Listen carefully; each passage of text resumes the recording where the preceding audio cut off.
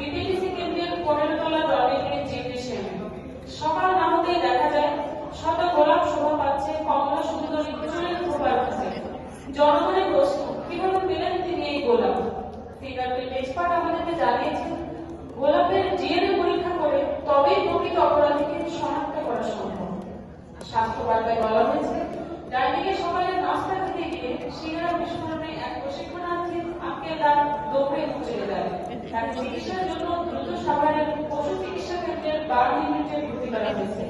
Doctor বলেছেন ক্যাস্ট্রেশনের মাধ্যমে এই রোগীকে সুস্থ করা সম্ভব। এবারে থাকছে মশার সংখ্যা।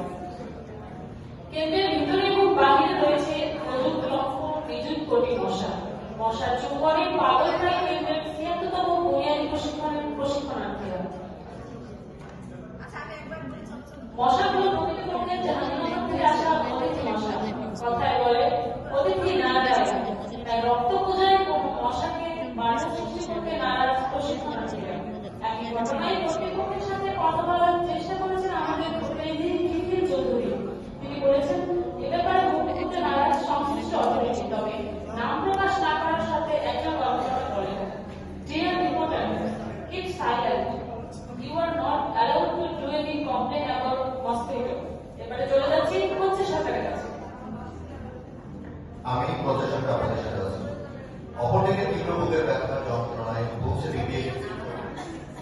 কৈরনের দাবি তার উপর দিয়ে ৩৫৪ জন প্রশিক্ষণার্থীর একজোড়া বা কমপক্ষে ১০ বার মানে ৭,১৪০ বার দিনে তাকে উপযোগী আঘাত করে দিয়েছে। তবে কেউ কেউ ধীরে সুস্থে ধীরে ধীরে কেউ বা বেগ ধরবে হেঁটে যাবে। এদিকে কেন্দ্রের মডেল বিশেষ সচিব বাসাবান গতকাল রাতে কাঙ্ক্ষিত বাসস্ট্যান্ডকে জানিয়েছেন কেন্দ্রের আগে নান্দনিক ফুলবাগান থাকলেও তাকে ও তার সাথীদের ফুলবাগানের প্রশিক্ষণ দেওয়া হচ্ছে না। ফলে প্রতিদিন ফেসবুকে তিনি ছবি আপলোড দিতে পারছেন না। এজন্য দিন দিন তার ফলোয়ারের সংখ্যা কমতে শুরু হয়েছে। শুধুমাত্র লিফটের সামনে দাঁড়িয়ে ছবি তুলে তার সোশ্যাল নেটওয়ার্কে নেটওয়ার্ক ছিঁড়ে যাচ্ছে। ছিঁড়ে যাওয়া নেটওয়ার্ক কে জোর লাগাবে, কে নেবে এই দায়ভার? চলে যাচ্ছে আন্তর্জাতিক সমাজ।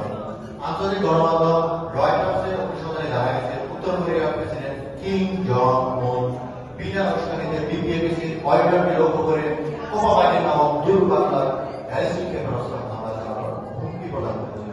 উক্ত ঘটনা মোকাবেলায় বিপিএপিসির সম্মানিত ডিরেক্টর মহোদয় প্রতিরক্ষা মন্ত্রণালয়ের পরামর্শে বিপিএপিসি ও গান্ধীনগর বিশ্ববিদ্যালয়ের সকল অনুষদকে আইনভাবে ভূমিকা পালনের নির্দেশ প্রদান করেছে। চলে যাচ্ছে ধন্যবাদ। এবার থাকছে আবহাওয়ার সংবাদ। আজকের আবহাওয়া